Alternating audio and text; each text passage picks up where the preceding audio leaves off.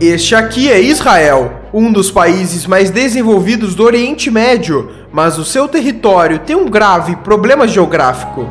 Começando pelas suas fronteiras, o país é totalmente cercado por nações que já o atacaram no passado, sendo o Egito na fronteira sul, a Jordânia no leste e ao norte o Líbano e a Síria. Além disso, existem países declaradamente inimigos de Israel, como o Irã, que mesmo não fazendo fronteira já ameaçou o país diversas vezes, além da Arábia Saudita, Iraque, Argélia, Líbia, Kuwait e o Sudão, que também já foram inimigos do país. Isso sem falar dos conflitos internos que acontecem com a Palestina na faixa de Gaza e na Cisjordânia. E um dos motivos para isso acontecer é que todo esse território é muito estratégico, dado que aqui temos o Levante, uma região que se estende desde o Oriente Médio até o sul dos Montes Tauro na Turquia, sendo limitado a oeste pelo Mar Mediterrâneo e a leste pelo deserto da Arábia e da Mesopotâmia. Essa área conecta o norte da África ao Oriente Médio, sendo requisitada por interesses logísticos e militares de diversas potências. E o outro motivo de ser uma área de conflitos é pela questão religiosa, já que Israel concentra alguns dos principais centros históricos para o judaísmo, islamismo e o cristianismo. Para se ter uma noção, nos países ao redor de Israel, em média 94% da população é islâmica, enquanto em Israel 82% é judaica. E para entendermos mais a fundo o problema geográfico de Israel, temos que olhar a sua história. Agora temos outro canal sobre mega construções que estão ocorrendo pelo mundo. Depois que terminar esse vídeo aqui, vai no primeiro link da descrição e confira o nosso novo vídeo. Desde seu surgimento até os dias atuais, Israel sempre viveu conflitos, guerras e instabilidades, justamente pela localização geográfica e por estar em uma região estratégica. Sabendo disso, vamos começar a história de Israel por aqui, em 600 a.C.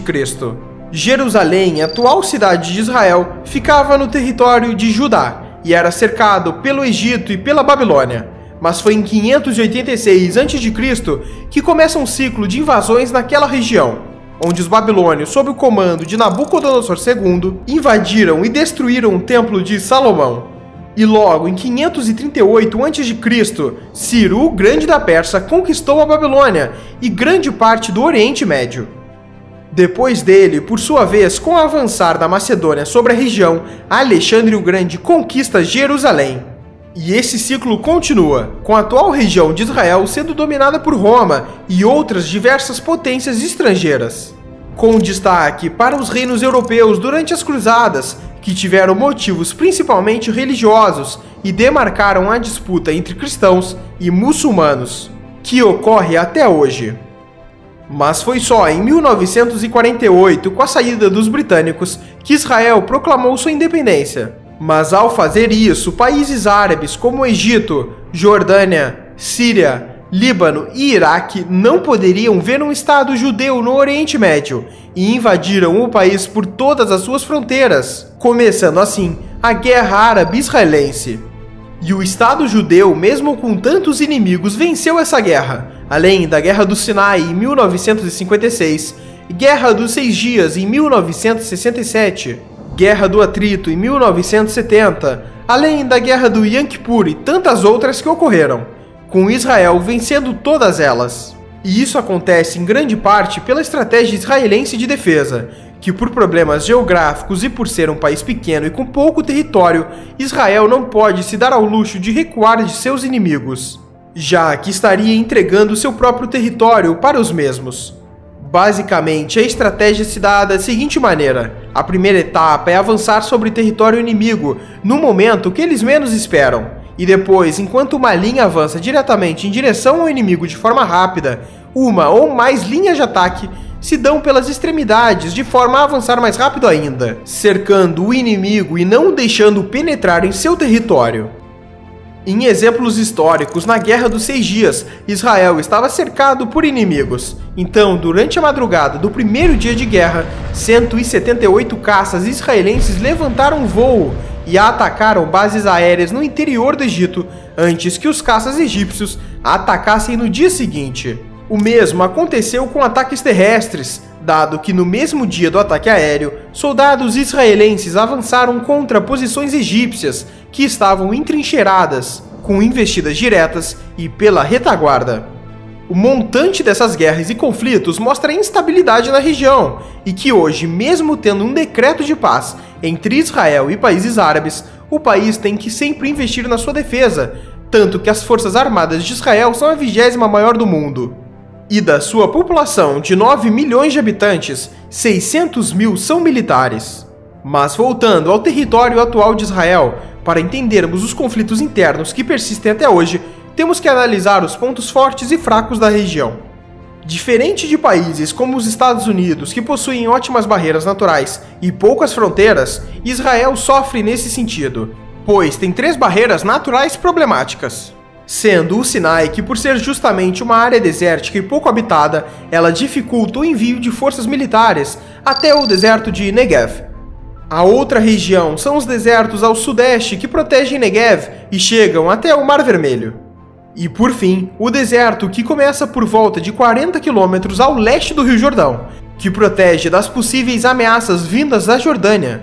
Mas essa região em específico só funciona se Israel mantiver o controle da Cisjordânia, uma região de maioria palestina, o que é um problema para o país. E talvez esse seja o maior problema geográfico de Israel, os conflitos com a Palestina.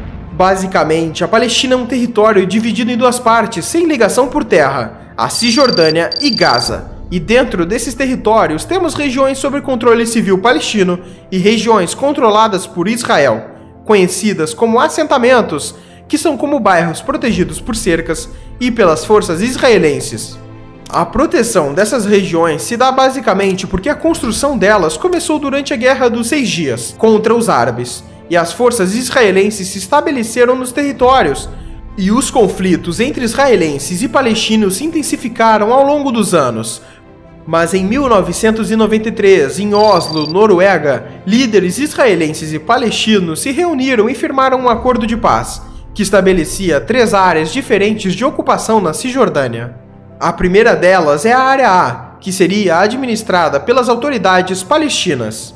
Já a Área B teria a administração palestina, mas controle militar de Israel. E por fim, a Área C, que é totalmente controlada por Israel. Muitos dos acordos firmados em Oslo foram mal sucedidos, mas as áreas permaneceram. E é na Área C que os israelenses têm dezenas e dezenas de assentamentos atualmente. Já a faixa de Gaza também é um território preocupante, pois é uma região densamente povoada, onde muitos refugiados palestinos se instalaram. E nela a quantidade e a recorrência de conflitos entre palestinos e israelenses é ainda maior. E foi por esse conjunto de fatores que em 2002 os israelenses começaram a construção de um muro que se estende por todo o território entre Israel e a Cisjordânia.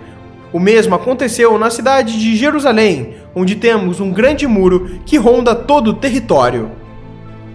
E falando em Jerusalém, esse é o ponto final. O interesse pela cidade se dá pelos vários lugares religiosos nela. Por exemplo, os principais lugares judeus que se destacam são 2, o Muro das Lamentações e o Monte do Templo.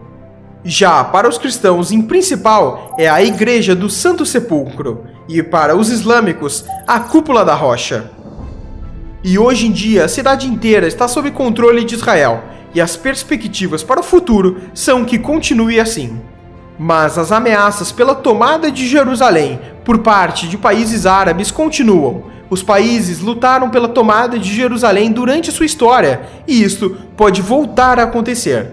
E é incrível como um país tão pequeno e tão limitado territorialmente conseguiu se tornar a potência que é hoje, mesmo com todos os seus percalços geográficos. E esse foi o problema geográfico de Israel. Eu vim te lembrar de assistir esse vídeo aqui, sobre mega construções que estão ocorrendo pelo mundo. Vai no primeiro link da descrição e confira o nosso novo vídeo sobre a muralha de 400 km que o Japão está construindo. Eu tenho certeza que você não vai se arrepender.